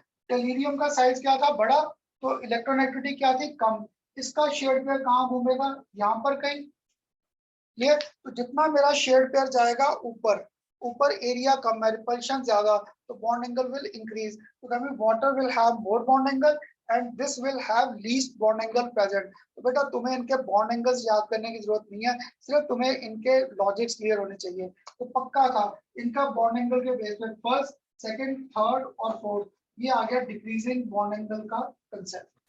क्लियर। ये इनके डिक्रीजिंग बॉन्ड एंगल पे क्वेश्चंस आते हैं। क्लियर। बेटा ये सारे रीजंस कर लिए थे मैंने आपके साथ ना, जो सबसे मेन रीजनिंग का क्वेश्चन लेना था वो आपके फर्स्ट फैमिली में नहीं दिया था, वो बुक्स में ना इस फैमिली में दे रखा है, पर पेयर में कंपटीशन में आपको पेयर सबके आ जाते हैं, 15 ग्रुप का भी, 16 का भी और 17 का। वो कॉमन क्वेश्चन क्या रखा है इसका, वो हमारे पास कॉमन क्वेश्चन जो नेक्स्ट आ रखा है ना, जो SO2 है, और इधर मैंने साथ में क्या कर दिया, H2SO4। क्लियर। जो SO2 है, this can act as oxidizing agent as well as reducing agent both। Clear. और ये जो सल्फर था, तो ये this can act as only oxidizing agent। Clear. तो तुम्हारे कंपटीशन में क्या होता है, ऐसे ना पेयर्स आ जाएंगे दो दो के, तो आपको आइडेंटिफाई करना कौन ऑक्सीडाइजिंग एजेंट है, कौन रिड्यूसिंग है। क्लियर। या वेयर बोथ कैन एक्ट, और अगर किसी को ध्यान में हो, अगर ये दोनों प्रॉपर्टी शो करेगा तो पक्का है यहाँ पर this will can undergo disproportionation reaction. तो पेपर में तुम्हारे पता नहीं कितनी बार डिसप्रोपोर्शनेशन रिएक्शंस को आइडेंटिफाई करना आ रहा है। क्लियर। कितनी बार, तो ये SO2 और साथ में हमारे पास क्या आ गया, H2SO4। तो देखो मुझे ना जब ये रीजनिंग स्टार्ट की थी मैंने लास्ट ईयर का, या जब आपको पढ़ाया उसके बाद ये लेक्चर देखा भी नहीं था। क्लियर। तो मुझे ना यहाँ पर इनके कंसेप्ट कैसे ध्यान रखते हैं, अगर मैं इस ग्रुप की बात करूं, इस ग्रुप की जनरल कॉन्फ़िगरेशन क्या थी, NH2 NP4। Yes. NH2 NP4 means कितने इलेक्ट्रॉन आउटरमोस्ट शेल? 6. ठीक गौरव, अगर मैं 4 बोलता तो वो क्या था, सिर्फ सब शेल था, वो सब आउटरमोस्ट शेल में 6 थे। तो दैट मींस अगर ये 2 इलेक्ट्रॉन्स गेन कर ले ऑक्टेट कंप्लीट, या फिर 6 के 6 क्या ले जाए शेयरिंग में, तब भी इसका ऑक्टेट कंप्लीट। तो that means this group oxidation state can very from -2 to +6। Clear? ऐसे अगर मैं इससे पहले ग्रुप की बात करूं 15 ग्रुप की क्या थी कॉन्फ़िगरेशन, NH2 और साथ में क्या था NP3। Yes, sir. अब 5 है, दैट मींस यहाँ पे ऑक्सीडेशन स्टेट -3 से लेकर +5. +5। Yes, तो sir. बेटा तुम में से ना एक बार स्टूडेंट है, किसी ने पूछा था करना सर ये रेंज कैसे याद रखे, रेंज याद नहीं रहती। तो रेंज तो देखो मुझे भी नहीं याद। ये देख चंद्रेश, कितने इलेक्ट्रॉन है टोटल 5। तो अगर ये 3 इलेक्ट्रॉन गेन कर ले ऑक्टेट कंप्लीट -3, या फिर जब पांचों क्या ले जाए शेयरिंग में, तब भी ऑक्टेट कंप्लीट हो जाएगा। तो -3 से लेकर +5, तब सारे नहीं। चंद्रेश आप बता देना अगर ये 17th ग्रुप है, ये अब इसकी ऑक्सीजन स्टेट कहां से कहां तक वेरी करेगी, है ना? -1 से लेकर कहां तक चली जाएगी, +7 तक चली जाएगी। -1 से +7। तो बेटा आपको ना इन रेंजेस पे क्वेश्चंस बड़े कॉमन आते हैं, तो मुझे इन रेंज को याद करने की जरूरत नहीं है, मुझे बस जनरल इलेक्ट्रॉनिक कॉन्फ़िगरेशन क्लियर था। तो जैसे ये जनरल इलेक्ट्रॉनिक कॉन्फ़िगरेशन क्लियर था, अब मैंने यहाँ पर ये मैं क्या करता हूँ, इनका कुछ नहीं करता हूँ, ये फिगर ड्रॉ कर लेते हैं। यहाँ पर सल्फर की बताओगे ऑक्सीडेशन स्टेट, और यहाँ पर सल्फर की ऑक्सीडेशन स्टेट।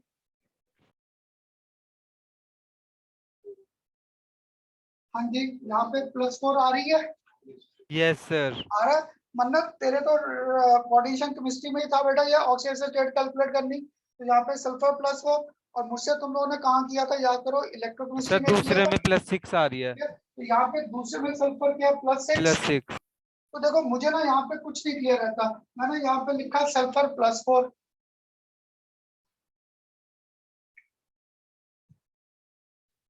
क्या कर रहा है मोबाइल पर, चल इधर देख, अब लिखा अगर साथ साथ। अब यहाँ पे सल्फर क्या +4, अगर +4 है तो देखो इसकी रेंज कहाँ से थी, -2 से लेकर +6। तो दैट मींस अपनी ऑक्सीजन स्टेट इंक्रीज कर सकता है, ये अपनी ऑक्सीजन स्टेट डिक्रीज भी कर सकता है। क्लियर? तो दैट मींस अगर ये +6 तक जा रहा है, +6 तक, तो क्या हो रहा है, ऑक्सीडाइज। तो here SO2 was acting as reducing agent. यहाँ पे ये +4 से क्या गया, -2 डिक्रीज रिडक्शन। तो here SO2 was acting as oxidising agent. यहाँ पे जब सल्फर का +6, अब ये ऊपर तो नहीं जा सकता, अब ये सिर्फ नीचे ही आ सकता है, सल्फर से -2 रिडक्शन। तो here this can only act as oxidising agent. तो बेटा मुझे ना ऐसे याद नहीं रहता कौन ऑक्सीडाइजिंग है कौन रिड्यूसिंग है, मैं हर बार बस ये चार्ट सा बना लेता हूँ कि ऊपर जा रहे हैं तो हमारे पास क्या ऑक्सीडेशन, तो ये रिड्यूसिंग एजेंट, डिक्रीज है तो रिडक्शन। तो here this was acting as our oxidising agent. ऐसे अगर मैं एक केस और यहाँ पर कंसिडर कर लेता साथ में एक और मैंने क्या कर दिया H2S।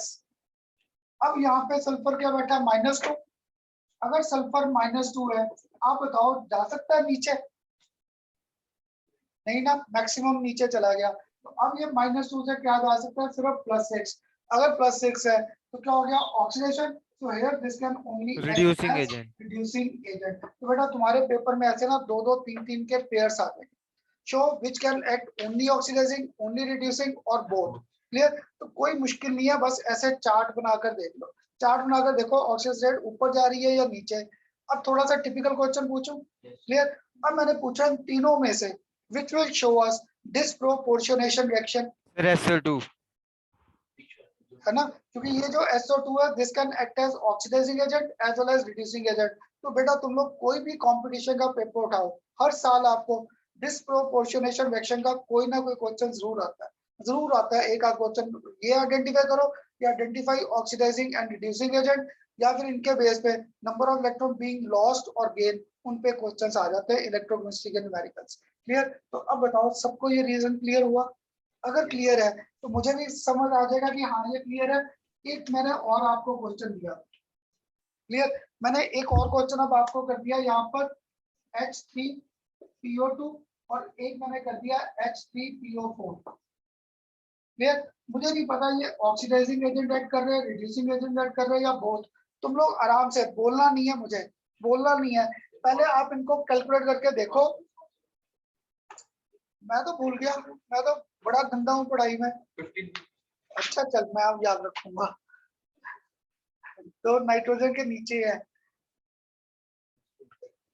गौरव, नाइट्रोजन के नीचे। तो यहाँ पर तुम लोग अब देखो ये कहाँ से कहाँ तक कि इनमें से कौन ऑक्सीडाइजिंग एजेंट, कौन रिड्यूसिंग, या कैन एक्ट बोथ। सर पहले वाला और बोथ मैंने है अभी और कहा चुप दूसरे रहना आकाश। सर मेरा हो गया आंसर बोलूं? हाँ ठहर जा अभी।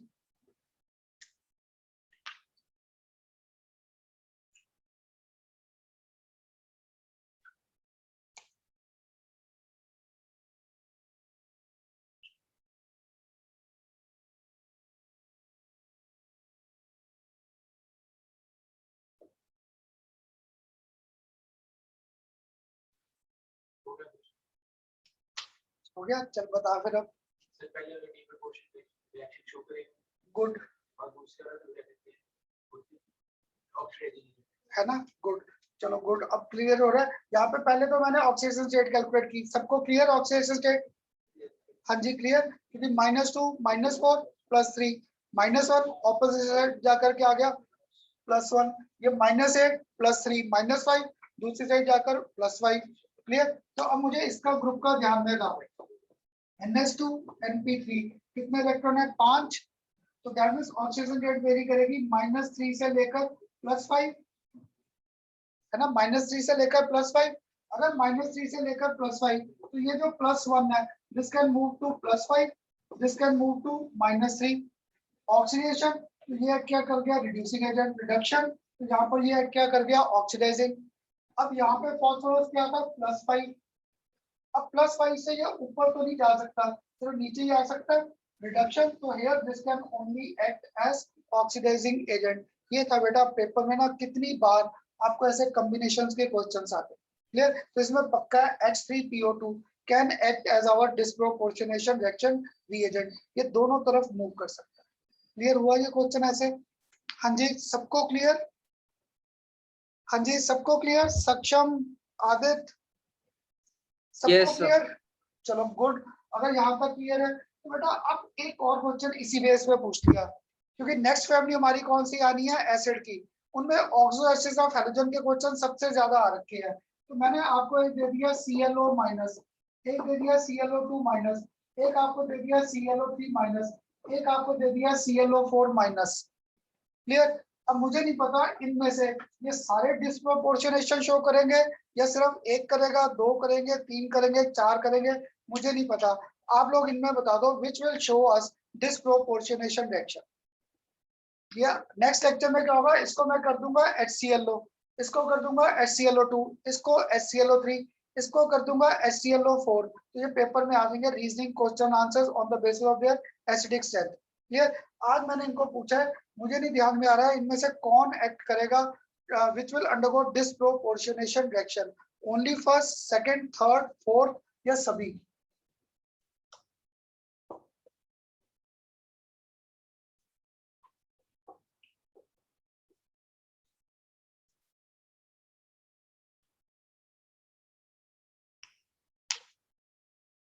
हाँ जी, क्योंकि पहले तो ऑक्सीडेशन रेट बता दे।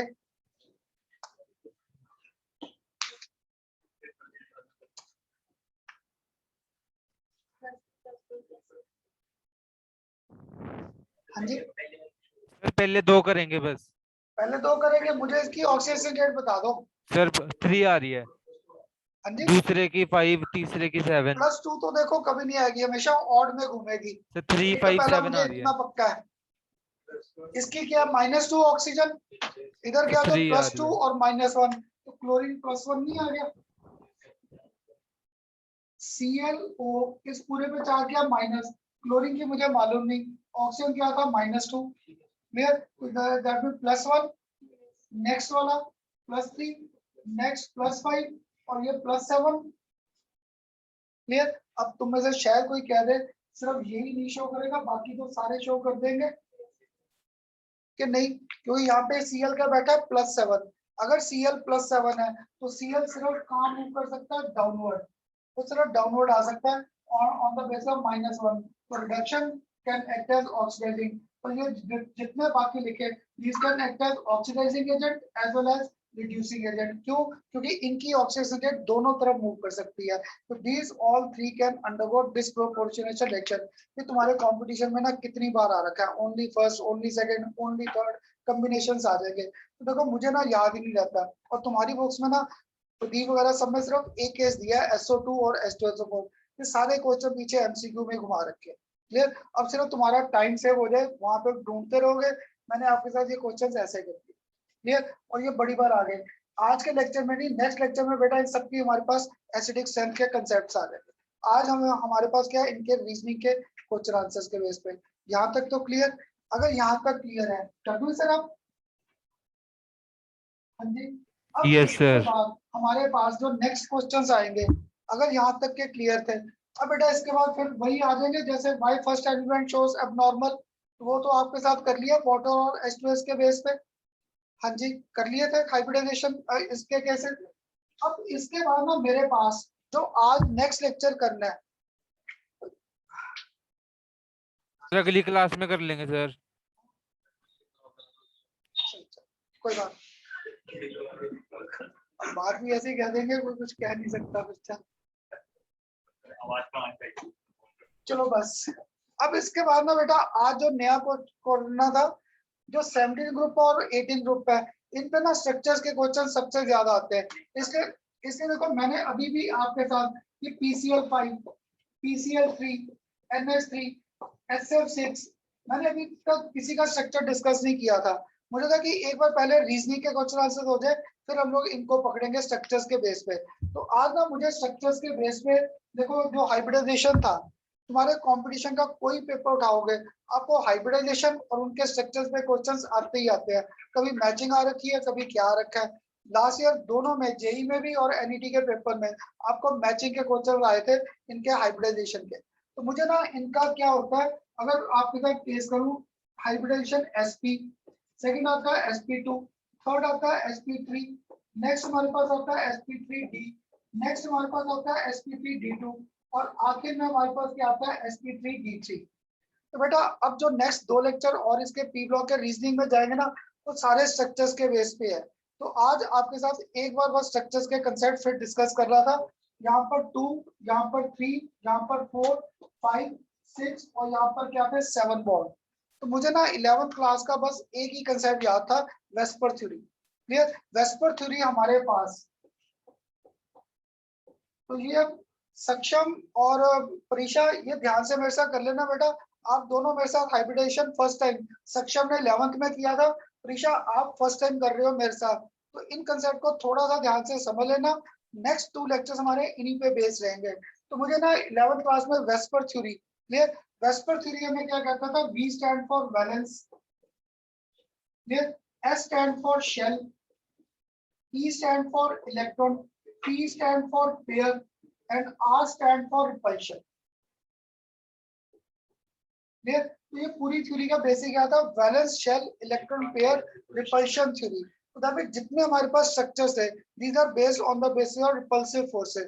तो अगर ये रिपल्सिव फोर्सेस पे बेस्ड है, तो मुझे क्या याद था, परीक्षा पूरी स्पेस में एंगल क्या है 360 डिग्री। क्लियर? तो तुम में से एक ने कहा मुझे जब ये 2 बॉन्ड का केस है, यहाँ पर हमारे पास मॉलिक्यूल कौन सा 180। आएगा, एक में बेटा AB2, इसमें AB3, इसमें AB4, ये आएगा AB5, ये आएगा AB6, और यहाँ पर हमारे पास आएगा AB7।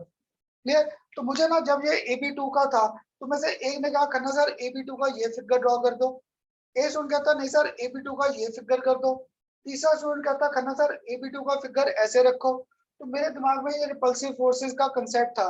तो 360 कितने बॉन्डेड पेयर है 2, 360 को डिवाइड किया 2, 180। तो पक्का है यहाँ पर रिपल्शन क्या थी, मिनिमम। तो पक्का है this AB2 molecule will have linear geometry, इसकी ज्योमेट्री क्या आ गई, लीनियर। अब अगर मैं यहाँ पर कर दूं आपके साथ AB3, तो तुम में से एक ने मुझे AB3 का ये स्ट्रक्चर बना दिया, करना सर 180 रखा, इसको तो 180 रखा है, इन्हें पास नहीं कर दिया, इनमें रिपल्शन आ जाएगी। मुझे तीनों बॉन्डेड पेयर्स को बैलेंस रखना है। तो 360 को डिवाइड किया 3, क्या आ गया 120। अगर 120 आ गया तो पक्का है ये 120 का एंगल तो यहाँ पे हमारे पास बॉन्ड एंगल 120, तो ये ट्रायंगुलर प्लेनर शेप आ रही है, ट्रायंगुलर प्लेनर शेप। तो this molecule is said to have triangular planar shape. तो बेटा तुम्हारे कंपटीशन में ना ये क्वेश्चन तो आना ही आना है, क्लियर, कि इनके हाइब्रिडाइजेशन और शेप्स को मैचिंग करो, क्लियर। तो ये मैचिंग हमारे पास इस चैप्टर के आसान केसेस है। जब जाएंगे कोऑर्डिनेशन में, वहां पे थोड़े से टिपिकल स्ट्रक्चर्स आ जाएंगे जिनमें हाइब्रिडाइजेशन में ये रूल नहीं फॉलो होता। इनऑर्गेनिक केमिस्ट्री के बाकी सब में we can follow these rules easily, clear. तो इनके बेस पे ना मुझे यहाँ पर देखो इनकी शेप्स अगर आप सिंपल करो, पहला जो AB2 है, तो AB2 की हमारे पास शेप क्या बन जाएगी, ये। तो बॉन्ड एंगल क्या घूम गया 180 डिग्री। तो this molecule is said to have linear geometry. तो this molecule will be said to have linear geometry, clear. अगर AB3 में गया, तो AB3 में मेरे पास क्या हो जाएगा, A1B, यहाँ पर सेकंड बी और यहाँ पर थर्ड बी। एंगल क्या घूम गया 120। तो ध्यान से देखो, अगर मैं यहाँ पर ऐसे बना दूं, ट्रायंगल बन रहा है। तो this molecule is said to have triangular planar. ये लिख लेना ताकि आपको नेक्स्ट टाइम फिर इनके टिपिकल केसेस आ जाएंगे, क्लियर। मेरे पास सबके लॉजिक है, सिर्फ एक AB4 का लॉजिक नहीं मिलता, क्लियर, सिर्फ AB4। तो AB4 का आपको कहता था, ये ध्यान में रख लेना, 1B, सेकंड बी और थर्ड बी। यहाँ पे फोर्थ मैंने डॉटेड लाइन में लिखा दिया, क्लियर। क्योंकि यहाँ पर क्या था, sp3, p के 3 ऑर्बिटल थे, तो एक ऑर्बिटल या तो आउटसाइड है या क्या था, इनसाइड। तो ये 3D फिगर में चला जाता है। तो 3D के कारण इसका सिर्फ एक बॉन्ड एंगल आपको याद रखना पड़ेगा, 109 degree 28 minutes, clear. And this molecule is said to have tetrahedral,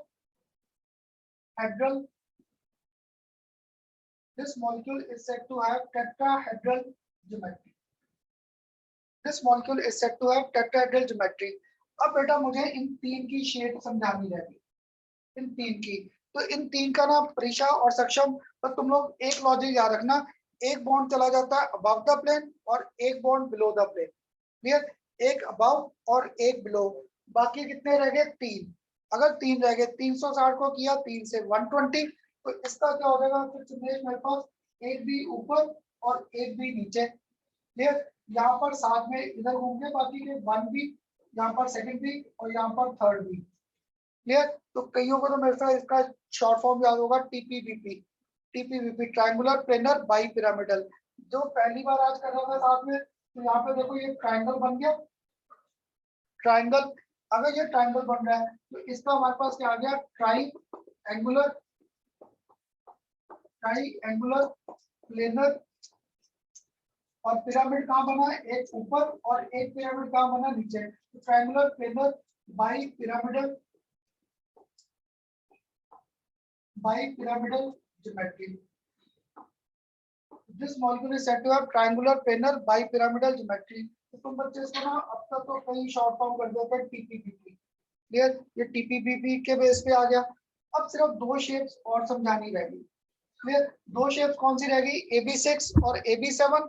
तो देखो AB6 में भी परीक्षा, एक बॉन्ड अबव द प्लेन और एक बॉन्ड बिलो द प्लेन, बाकी कितने रह गए, 4। 360 को किया 4 से 90, अगर 90 है तो मुझे पेयर लॉजिक बाय पिरामिडल। तो ये लॉजिक मिल गया इसका। अगर लॉजिक मिल गया तो 1B, second B, third B और फोर्थ बी। तो तुम्हारी बुक में आसान नाम दे रखा है ऑक्टाहेड्रल, क्लियर। तो मुझे इसके डिस्टॉर्टेड भी करने थे, तो जो अच्छी बुक्स है ना उनमें एक और नाम इनका दे रखा है। ये मेरे पास स्क्वायर बन गया, तो इसे हम लोगों ने एक और नाम क्या दे दिया, स्क्वायर प्लेनर। और पिरामिड कहाँ बना, एक ऊपर और एक नीचे। तो square planar bi pyramidal, square planar bipyramidal geometry. इनके बॉन्ड एंगल लिखने भूल गया था। ये बॉन्ड एंगल शायद तुम लोग सारे ही मान जाओगे, एक्सियल है। तो ये बॉन्ड एंगल 90 डिग्री, और इस केस में इक्वेटोरियल बॉन्ड एंगल, एक एक्सियल बॉन्ड एंगल और एक हमारे पास क्या था, इक्वेटोरियल बॉन्ड एंगल। तो एक्सियल 90 और इक्वेटोरियल का आ गया हमारे पास घूम के 120। और इस केस में एक्सियल बॉन्ड एंगल और इक्वेटोरियल बॉन्ड एंगल दोनों के दोनों इक्वल हो गए 90 degree, clear. That's why this compound is said to have maximum thermal stability. इसके बाद थर्मल स्टेबिलिटी सबसे ज्यादा आ गई, सारे बॉन्ड एंगल इक्वल, सारी बॉन्ड एंगल इसकी क्या थी, इक्वल थी, क्लियर। अब लास्ट केस एक और रह गया बस समझाना, लास्ट केस कौन सा रह गया, AB7। अब आकाश आप नहीं, चल सक्षम आप ड्रॉ कराओगे मुझे AB7 का? हाँ जी सक्षम कराएगा ड्रॉ AB7 का स्ट्रक्चर? सक्षम? हाँ जी सर। हाँ जी कराएगा ड्रॉ। एक भी ऊपर, ऊपर एक नीचे जाएगा, एक नीचे, बाकी कितने हाँ जी। रह गए? 5। 2 रहेगा, हाँ जी। AB7 शाबाश। तो AB7 2 बॉन्ड्स आ गए, बाकी कितने रह गए? 5। 5 तो 5 की छोटी क्लास से क्या पढ़ा था, पेंटागोनल। तो मुझे ना ये ड्रॉ करना मुश्किल लगता है, 3 एक पहले तरफ, देखो, 2 एक तरफ। पहले पेंटागोनल ही बना दिया, फिर पहले पेंटागोनल बना दिया, 1 भी, सेकंड भी, थर्ड भी, फोर्थ भी और फिफ्थ भी। क्लियर? तो इसका नाम आसान आ गया पेंटागोनल बाय पिरामिडल। पेंटागोनल, और साथ में क्या आ गया, bi pyramidal. Bi pyramidal geometry. फिर तो मुझे इधर का एक्सियल बॉन्ड एंगल तो याद हो गया, ये तो क्या था 90, ये भूल गया इक्वेटोरियल बॉन्ड एंगल, ये भूल गया इसका इक्वेटोरियल बॉन्ड एंगल क्या होगा। हाँ जी कितना होगा इक्वेटोरियल बॉन्ड एंगल? 360। 72। 360 को डिवाइड किससे कर दिया, 5 से। 72। इसी के लिए सारे लॉजिक्स दिए थे, ये तुम्हारे कंपटीशन में कितनी बार आ रखा है बॉन्ड एंगल का केस। तो सबको ना 90 डिग्री, 120, 180 ये जा रहते हैं, ये 72 डिग्री आ गया यहाँ पर, 72, क्योंकि 360 डिवाइडेड बाय 5 तो ये 72 डिग्री आ जाएगा। ये था बेटा हमारे पास सारे नॉर्मल केसेस। अभी देखो मैंने सेंट्रल एटम के आसपास सिर्फ बॉन्डेड पेयर रखे, कोई लोन पेयर नहीं। तो याद है जब पढ़ा रहा था तब मैंने आपको हाइब्रिडेशन के पूरे कंसेप्ट दिए थे। अब तुम्हारा सिर्फ एमसीक्यू का पेपर आना है, तो जब एमसीक्यू का आना है ना, तो आपको ना यहाँ पर ज्योमेट्री प्रिडिक्ट करनी सबसे आसान है। कौन सा रूल फॉलो करेंगे, क्वोशिएंट रूल। क्लियर? तो बेटा आज मैं अभी आपके साथ सिर्फ नॉर्मल केसेस कर रहा था, नेक्स्ट टाइम जब लेक्चर करेंगे ना, इनमें उल्टे सीधे फिगर्स भी साथ आने स्टार्ट हो जाएंगे, डिस्टॉर्टेड। तो आज ना अगर यहाँ पर मैंने आपको बस एक रूल कौन सा क्लियर करना था, क्वोशिएंट, मैंने आपको बस ये क्वोशिएंट रूल क्लियर करना था। तो मुझे ना क्वोशिएंट रूल का बस एक ही लॉजिक याद है, सारा 8 के बेस पे घूमता है। अगर 8 के बेस पे घूमता है तो सपोज मैंने सबसे पहला सिंपल सा केस कौन सा लिया, CH4। पेपर में आ गया था इसकी हाइब्रिडाइजेशन या इसका स्ट्रक्चर प्रिडिक्ट करो। क्लियर? तो कार्बन के आउटरमोस्ट शेल में कितने इलेक्ट्रॉन थे, 4। हाइड्रोजन का क्या था, 1।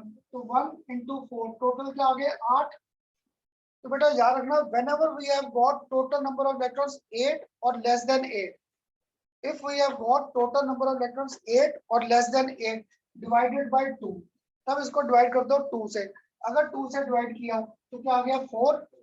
अगर 4 आ गया, इसलिए बेटा अभी तक मैंने इसे रब नहीं किया था 4, तो पक्का है this CH4 is said to have hybridization sp3। Clear? और यहाँ पे क्या चारों बॉन्डेड पेयर है, तो पक्का रेगुलर ज्योमेट्री आ गई। तो पेपर में सबसे आसान क्वेश्चन आ सकता है, predict which have got regular, which have got irregular geometry. Clear? अरे 8 या 8 से ज्यादा आ जाए तो 2 से डिवाइड करना है। गुरुजी अभी मैंने खत्म नहीं किया, अभी स्टार्ट किया है, अभी पहला केस किया है। क्लियर? Okay sir. अब सेकंड केस एक और पकड़ लिया आपके साथ। अब कौन सा पकड़ लिया, PCl5। अब फास्फोरस के आउटरमोस्ट शेल में 5, क्लोरीन के आउटरमोस्ट शेल में 7, तो 7 into 5 तो टोटल क्या आ गया, 40। तो बेटा नया नया जब पढ़ाता था ना, ये रूल मुझे सबसे मुश्किल लगता था, क्योंकि तुम्हारी बुक्स में ना ये 1 2 3 4 पॉइंट्स थे। और पता है क्या, ये क्वोशिएंट रूल मेरे टाइम था बुक्स में, फिर पीछे करके एक नया रूल आ गया, फेज रूल। और वो जो फेज रूल आया ना, उसके ड्रॉबैक्स बड़े थे, हर जगह उसके एक्सेप्शनल केसेस आते थे। तो मैंने देखा प्रदीप में पिछले 2 या 3 साल से, लास्ट 2 या 3 ईयर से वापस यही क्वोशिएंट रूल दे दिया। नहीं तो ये क्वोशिएंट रूल हमारे टाइम का है। क्लियर? इसमें ना हमारे पास एबनॉर्मेलिटीज नहीं है, सारे केसेस में ये होल्ड गुड करता है। क्लियर? तो क्या था, ये रूल सारा 8 पे था। तो आप देखो total number of electron more than 8, अगर टोटल इलेक्ट्रॉन मोर देन 8 है डिवाइडेड बाय 8, तब इसे 8 से डिवाइड कर दो, 5। अगर 5 आ गया तो PCl5 के 5 ही बॉन्ड है, तो मींस पक्का है this molecule is said to have regular geometry. और अगर 5 बॉन्ड है तो इसकी हाइब्रिडाइजेशन पक्का क्या आ गई, sp3d। अगर sp3d आ गया तो मैंने अभी इसकी ज्योमेट्री क्लियर की थी, HCl, एक यहाँ पर और एक यहाँ पर। तुम्हारे कंपटीशन में कितनी बार ये PCl5 और PF5 के स्ट्रक्चर्स आ रखे हैं, इसलिए मैंने ना अभी तक आपके साथ 15 ग्रुप और 16 का कोई स्ट्रक्चर का क्वेश्चन हाइब्रिडाइजेशन बेस पे नहीं उठाया था। मुझे था कि 17 और 18 ग्रुप में सबसे ज्यादा स्ट्रक्चर्स है, इसलिए आज इस कंसेप्ट को रिवाइज किया। ये स्टूडेंट अभी भी कहता खन्ना सर मुझे नहीं समझ आया क्या किया। आइए 7 पकड़े। अब तुम लोग बताओ आयोडीन के ऑटोमोशन में 7. 7, तो आगे फ्लोरीन के भी 7 into 7 टोटल ऐड कर दो 56 आ गए। ये तो मोर देन 8, अगर मोर देन 8 है तो डिवाइडेड बाय 8 7 आ जाएगा. सीधा सर सुनेंगे ना तो माथा पकड़ के बैठ जाएंगे। तो 56 और 8 7 आ गया। अगर 7 आ गया तो sp3d3 आ गया मेरे पास हाइब्रिडाइजेशन। क्लियर। तो बेटा अभी के लेक्चर में मैंने सिर्फ आपके साथ नॉर्मल केसेस लिए। किसी स्टूडेंट के दिमाग में घूम रहा है खन्ना सर अभी तो आपका आंसर बड़ा अच्छा इवन में आ रहा है, कई जगह ऑड में भी तो आ सकता है, क्वेश्चन अभी तक रिमाइंडर क्या आ रहा है 0, कभी रिमाइंडर 0 भी ना आए। इसे बेटा आज अभी क्वेश्चन रूल आधा ही किया है, only on the basis of bonded pair of electron. Sir, तो 1 मिनट आकाश को 2 मिनट बोलने दे मुझे। तो बेटा नेक्स्ट लेक्चर करने से पहले आप एक बार ये सारे हाइब्रिडाइजेशन के केसेस जरूर रिवाइज कर लेना, जरूर।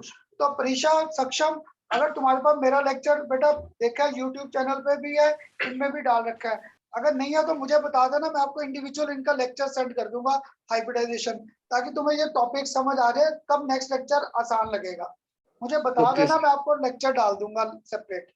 आप सर मुझे डाल ही देना, लिंक ही दे देना मुझको, मैं हाँ देखूंगा। फिर देख के मुझे उसके नोट्स बना के सेंड करने हैं, पक्का सर, पक्का। ठीक है। क्योंकि तुम्हारा एक साथी बैठा है अक्षर, उसने मेरे से 11th के 2-3 लेक्चर शेयर किए और आज तक देखे नहीं।